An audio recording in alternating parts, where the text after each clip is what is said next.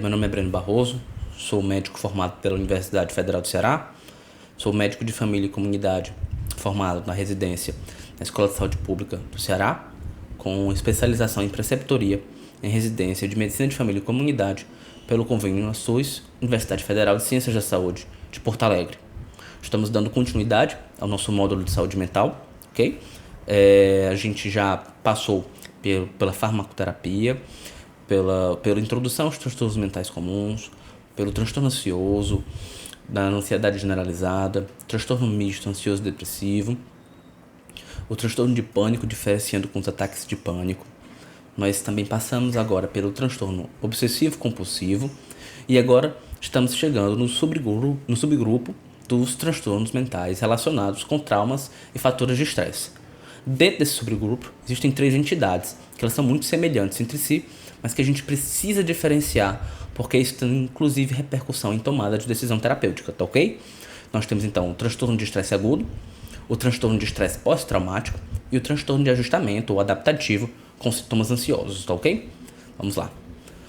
De uma maneira geral, que você precisa saber o que é que eles têm de semelhante, o principal, o grosso, assim, você saber o básico do básico do básico, o que é que eles têm em comum. Há uma exposição a um processo traumático, com intenso medo, sensação de potência, horror, ou você viveu isso, ou testemunhou, ou houve um enfrentamento. Há uma revivência persistente de tal evento, tá certo? E existe uma esquiva de estímulos associados ao trauma. Então, além disso, com sintomas persistentes de excitabilidade aumentada. Então, isso é o que eles têm em comum. De grosso modo, a gente vai destrinchar e diferenciar melhor, mas de grosso modo, o que é que eles têm de mais importante que os diferencia? O tempo.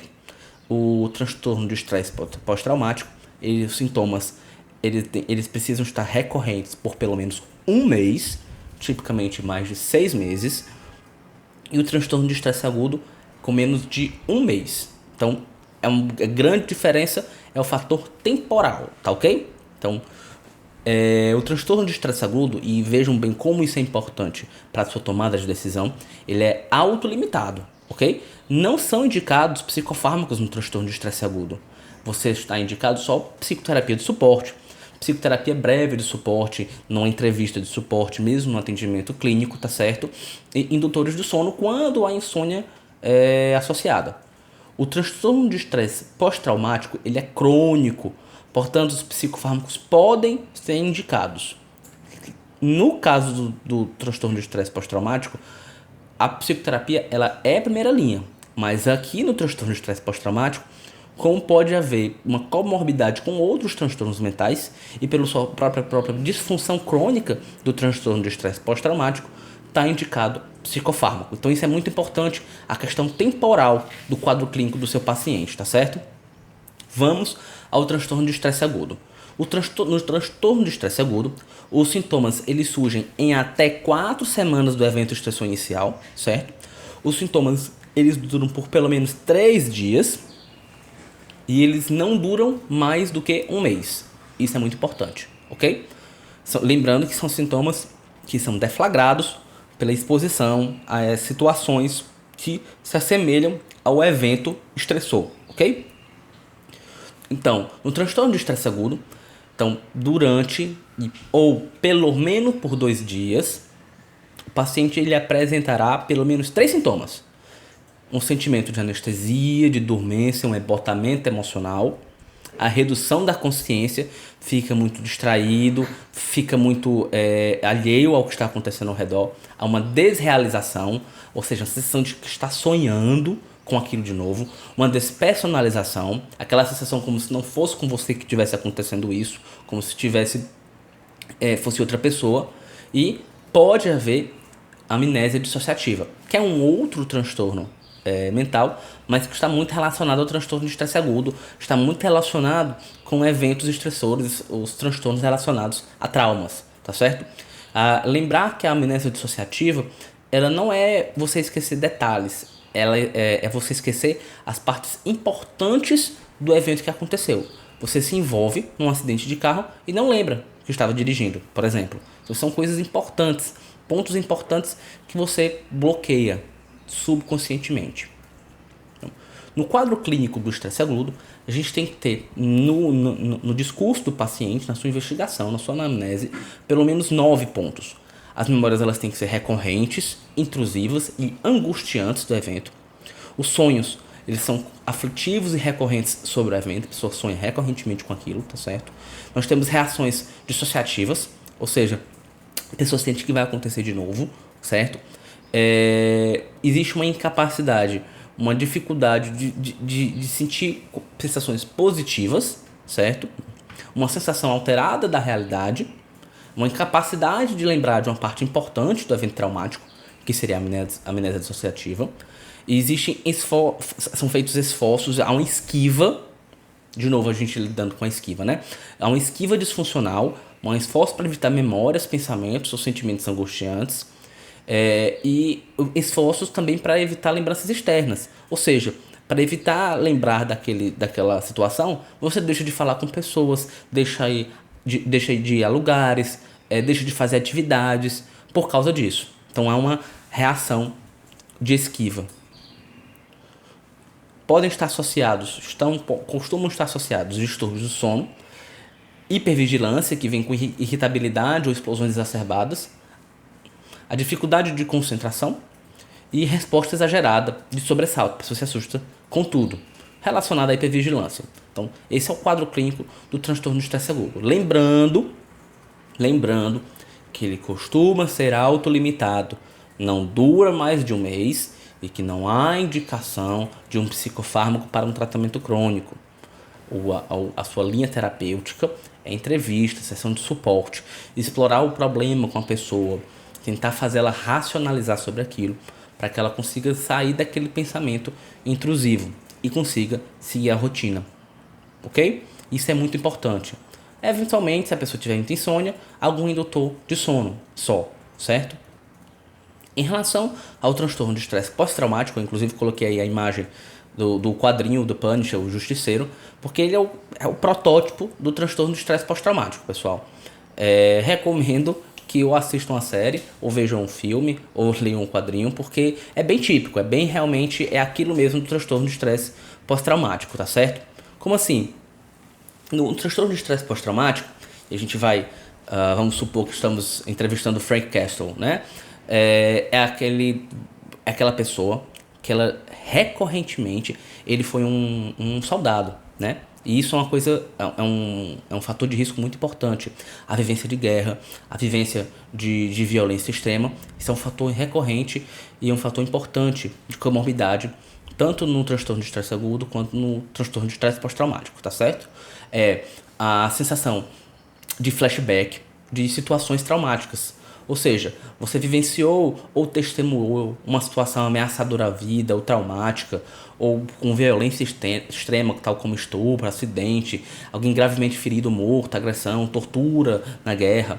E se você vivenciou isso, ou seja, o evento estressou, você fica revivendo esses sentimentos, essas sensações de maneira incômoda, repetitiva, por sonhos, pensamentos intrusivos, reações físicas, palpitações, parestesias do evento. Então, se a pessoa fala sim para isso, você deu positivo seu rastreio para o transtorno de estresse pós-traumático. Então, assim, eu vou fazer um pouco, durante esse momento, um pouco de paralelo com o próprio personagem de quadrinho, tá certo? Há uma prevalência muito grande, assim, de 10%, é muito maior em populações de risco, como eu falei, policiais, soldados, mulheres que sofreram violência sexual, há uma prevalência de até 9% ao longo da vida, e no decorrer de 12 meses até 4%. Há um subdiagnóstico desses transtornos, porque, infelizmente, por exemplo, fatores importantes como a violência sexual ainda são muito subnotificados, subdiagnosticados. Então, existem mulheres que desenvolvem verdadeiros bloqueios para relacionar-se com qualquer outro homem, inclusive em relação de amizade, por uma violência sexual que sofreu, transtorno de estresse pós-traumático. A pessoa consegue racionalizar alguma parte disso, consegue se seguir parcialmente funcional, mas existe aquele transtorno que precisará ser trabalhado. E isso é muito subnotificado, né? Então, O que significa aquilo que eu falei da prevalência? Que até 9% das pessoas apresentarão transtorno de estresse pós-traumático no decorrer da vida, e num prazo de 12 meses a prevalência populacional é de 4%. Então, quais são os grupos de risco? Combates, pessoas que participaram de combates, policiais, soldados, etc. Pessoas que foram vítimas, que presenciaram agressões sexuais, catástrofes, tá certo? Tal como inundações, tempestades, furacão, tornado, ok? E ela pode ser, não necessariamente é, uma evolução desfavorável de um transtorno de estresse agudo. O transtorno de estresse agudo, ele costuma demorar até um mês, certo? E ele cede.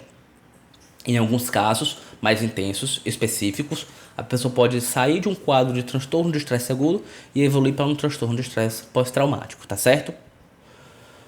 A pessoa precisa apresentar sintomas de 4 diferentes categorias, pelo menos um em cada categoria.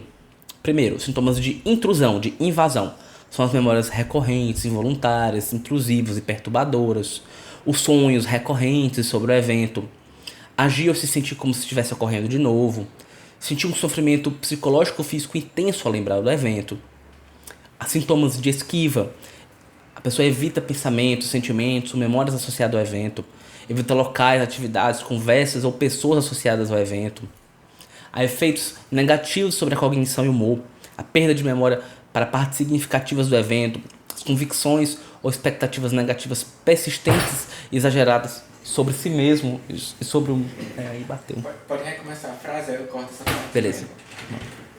Então, existem efeitos negativos sobre a cognição e o humor, ou seja, pelo menos 2 deles. A perda de memória para partes significativas do evento, convicções ou expectativas negativas persistentes e exageradas sobre si mesmo, ou outrem, ou o mundo. Ou pensamentos distorcidos persistentes sobre a sua causa ou consequência do trauma e a culpa.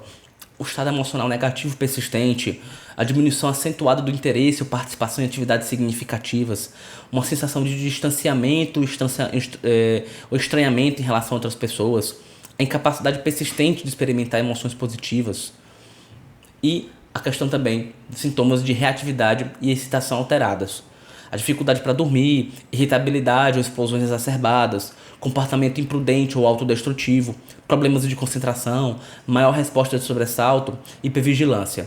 Então, vamos lembrar, por exemplo, no seriado, o personagem Frank Castle, ele, toda vez que dormia, ele sonhava com o dia em que a família foi assassinada.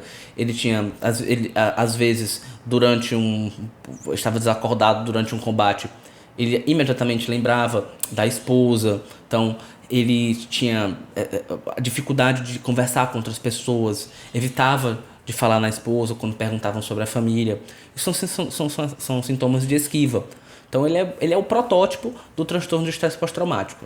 O quadrinho só pegou a hipervigilância e a reação aumentar e transformou isso em superpoderes, que não é uma doença, né? Então vamos aí, os critérios do diagnóstico do transtorno de estresse pós-traumático. Então tem que ter o estresse, tem que ter o evento, né? O trauma, o processo traumático, tem que haver uma revivência persistente de tal evento, tem que haver uma esquiva aos estímulos associados ao trauma, pessoas, lugares, conversas, palavras, certo? E tem que ter um sentimento persistente de excitabilidade aumentada. A pessoa está sempre tensa, achando que aquilo está correndo, vai ocorrer de novo, certo? Como tratamento, certo? Na primeira linha, nós temos, diante dessa disfunção, diante desses sintomas crônicos, diários, persistentes, disfuncionais, você veja que é um quadro mais grave do que o transtorno de estresse agudo, certo? Está indicada a farmacoterapia. Como primeira linha, nós temos os inibidores seletivos de recaptação de serotonina, principalmente a paroxetina e a sertralina, porque elas têm um efeito sedativo um pouco maior. E o citalopram, ele não se mostrou superior ao placebo. Então, dos inibidores seletivos de recaptação de serotonina, o citalopram, ele não demonstrou ser superior ao placebo em pacientes com transtorno de estresse pós-traumático especificamente. Nós também temos os inibidores de recaptação de serotonina e noradrenalina, os inibidores duplos, como a venlafaxina, como indicação de primeira linha. E de segunda linha, a terapia que é cognitivo-comportamental. Veja que, diferente do transtorno de estresse agudo, não há consenso se a combinação fármaco mais TCC é superior que a farmacoterapia sozinha. Então, veja que são quadros clínicos que respondem diferentemente a terapias diferentes, tá certo? Então, esse foi um transtorno de estresse pós-traumático, aquilo que a gente falou, que é um quadro diferente, mas que você consegue ver muitas semelhanças. E por último, vamos para os transtornos de adaptação. Os transtornos de adaptação, ou transtornos de ajustamento, eles são sintomas ou sinais emocionais e comportamentais que eles acontecem nos 3 primeiros meses após a exposição a um evento estressante. Veja bem o nome do transtorno, é um transtorno de ajustamento. É aquele estado de sofrimento mental, de desgaste mental maior, de hipervigilância, associado a uma mudança de rotina, certo? A pessoa trabalhou a vida toda pela manhã e vai trabalhar no turno da noite, por exemplo. A pessoa mudou de cargo, mudou de empresa, e aí se sente cada vez mais, até se adaptar, adaptação, certo? Até se adaptar, começa a ter disfunção, realmente impacto, tanto no trabalho quanto nas atividades. Então, um fator muito importante do transtorno de ajustamento é porque tem que haver a mudança de realidade. A pessoa estava de um jeito e mudou o que aconteceu.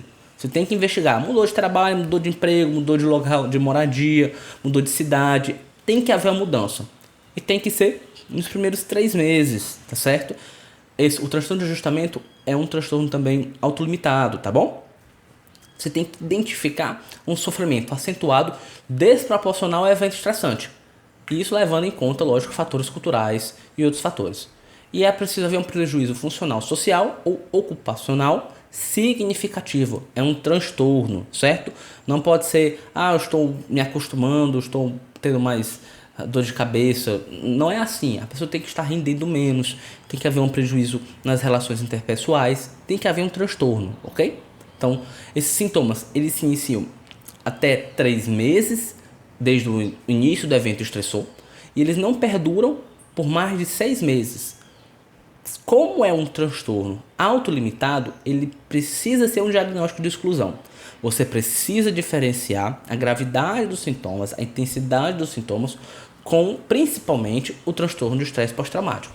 Também a pessoa desenvolve um transtorno ansioso, outros transtornos mentais comuns, mas você tem que fazer primeiro a exclusão de outros transtornos mentais de maior disfunção, de maior prejuízo funcional para aquele paciente, tá certo?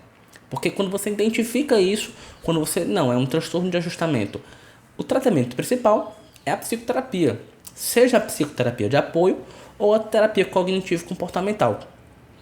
Em sintomas muito intensos, como é um quadro muito autolimitado, você pode fazer, inclusive, benzodiazepínico por curtos períodos. O que é curtos períodos? Idealmente, não mais do que 6 semanas, ok? Você pode fazer para aliviar aqueles sintomas momentaneamente, tá certo? De maneira que seja o tempo necessário, através da psicoterapia, que a pessoa se ajuste àquela nova realidade. Então, de novo, a primeira linha de terapia é a psicoterapia. Não temos evidências suficientes para indicar terapia com qualquer outro psicofármaco, tá certo?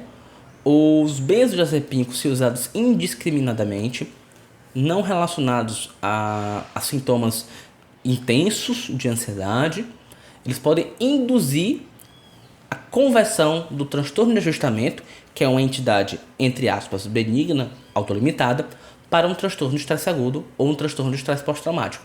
Então, o benzodiazepínico ele pode aumentar a intensidade dos sintomas e agravar o quadro. Então, a gente tem que ter muito discernimento na prescrição de um benzodiazepínico para uma pessoa dessa, tá certo? E, com isso, nós concluímos as partes 3 e 4 do nosso módulo de saúde mental. E vamos depois dar continuidade para as partes 5 e 6. Até mais, pessoal.